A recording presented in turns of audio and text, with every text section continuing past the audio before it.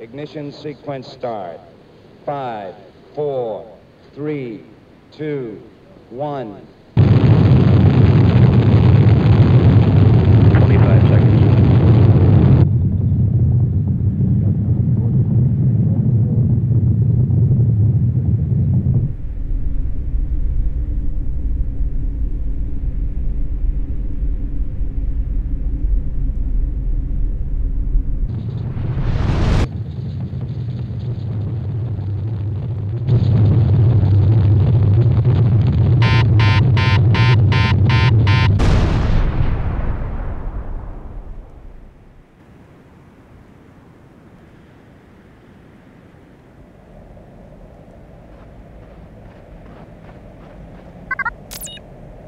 Oh, my head is killing me.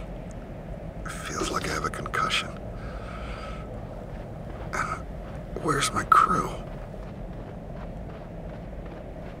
Hey everybody, this is Alzorath and welcome to GamerFi. Today we're taking a look at Lifeless Planet, a game by Stage 2 Studios about basically, as the title says, a lifeless planet of sorts.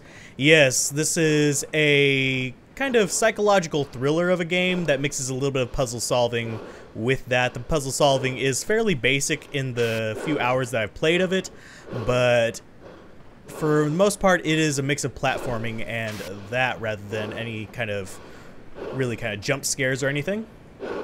But there are some rather interesting moments which I will avoid spoiling for you. I was considering doing a let's play of this, but I feel it would have been extremely spoiler heavy and probably not appropriate. So we go ahead and find some oxygen there, and that is the start of our journey. One of the major things that stands out to me is actually the voice acting and the atmosphere of the game, which whenever we get up here a ways, I'm gonna go ahead and cut away to the audio so you can sort of hear what's going on. I understand that even at twice the speed of light, your journey will take 15 years. That's right. We'll be traveling so fast, our spacecraft will arrive at the planet before the transmission of this interview does. But it's still such a long trip. We'll be put into a sort of coma. Our heart rate will be slowed dramatically to minimize aging during the flight.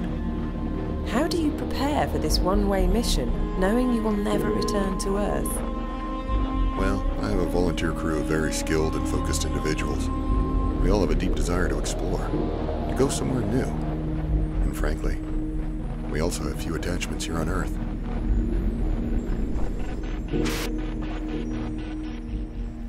And yeah, that's kind of how it goes. We still have nice ambient music going on in the background. You may have heard a weird bit of cut there because, well, I'm going to adjust the audio so that you can actually hear that whenever I actually take a break from commentary. The sound effects, as far as like falling rocks and stuff like that, those are a little bit more mediocre. They're a little bit, I don't know exactly how to describe it. They're a little bit hollow feeling almost. So that might be intentional, it might not. However, the water sounds a little bit better than that. It's almost like they were done in a kind of moderate acoustic setting, so. But as far as the gameplay goes, the movement is fairly smooth and the storyline is quite intriguing. I've gotten much further than this part into it, and like I said, I thought about doing an LP of it, but after getting a ways in, I feel that would really be a spoiler and a disservice to you guys. If you do want to watch an LP of it, Kurt J. Max said he was going to go do a series on it fairly soon, which I think should be fairly good. He is a relatively large channel, but for that, you probably want to check him out. I'm not going to do any coverage of it because I feel it would be too spoiler heavy for the type of game that it is. Now, as far as whether it plays well and actually is completely functional, yes, it is. It is still just day one release. The textures are a little bit stretched at points, and there are some weird little traveling glitches that I run into, but the odd thing is the gameplay and the atmosphere go very well hand in hand. The really interesting thing to me is, no, it's not high fidelity compared to some of the other titles here, but for an indie title, it is good, and it nothing really interferes with the other. The storyline doesn't interfere too much with the mechanics, and the mechanics don't interfere with the storyline at all in a negative manner. They just work with it. Now, I did think about skipping ahead to an area to show what your opposition is like, because this is a game. There is actually opposition in it, but I couldn't find a good point that wouldn't give you several spoilers as to what you're going to be running into. And it's really hard to review a game like this because it is so story and experience based. Not just the storyline going on here, but what you experience as you're going through it is very much, it will change how you perceive the game. Early on, it seems like, oh, we just miscalculated and fell on a lifeless rock, and there's nothing really here to explore except for geology, and we're all just doomed to die on here. And to some extent, true, but only to some extent. As you can see down there, we're not completely lifeless. I can actually go down there and give you a look at those little critters. They do have a tendency to clip into the side of this little area, but they are definitely alive. Let's go ahead and go down there and I'll give you a look, and then we'll go back up and show one of the little action scenes so you can see that the frame rate doesn't really have a huge problem, but there's definitely life forms here despite him believing otherwise. Let's go ahead and see if we can get that up. Nope, it won't come out of the water. They are doomed to stay beneath the water and into the sand, so they might or might not exist. Now here you'll tend to get a little bit of some odd sounds.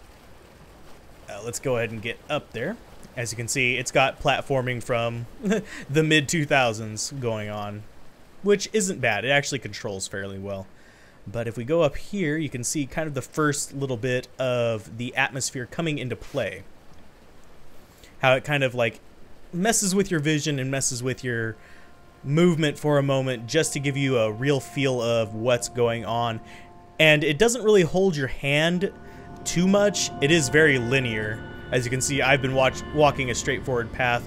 There are a couple hidden things, but they're mostly just branches off of the path. Yeah, as you can see, everything just kind of goes silent immediately, and the rocks start falling towards me. I kind of want to get out of their way, so I'm going to go up here and let that happen. And a rock slide, try to get to the high ground that they're not going to fall down, but you don't want to be taken along with it.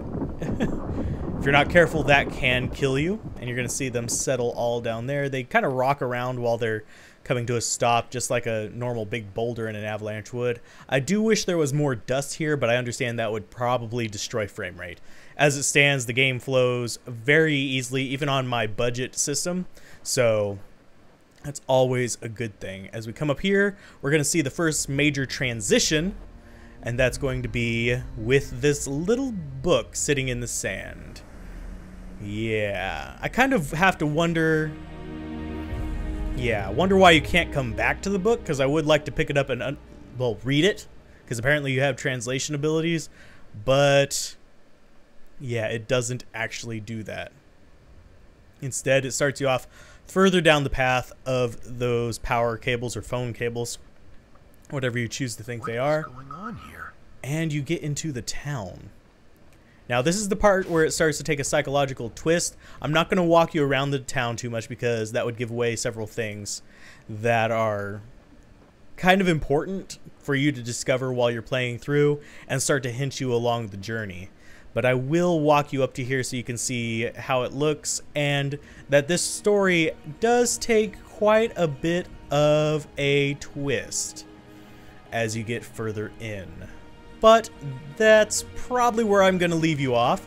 I find the game quite enjoyable, and I have gotten a lot further into it than this. But I find it really intriguing and really engrossing, if you will. And it works all really well together, and I look forward to seeing more games developed by this developer, considering he made this using... well, essentially free tools, Blender and Unity for the most part, and a lot of labor of love, and yeah, I think it worked out quite well for him, and I highly recommend you pick this out if you want to go for a bit of a psychological experience in space, and with a little bit of exploration and some minor jumping puzzles.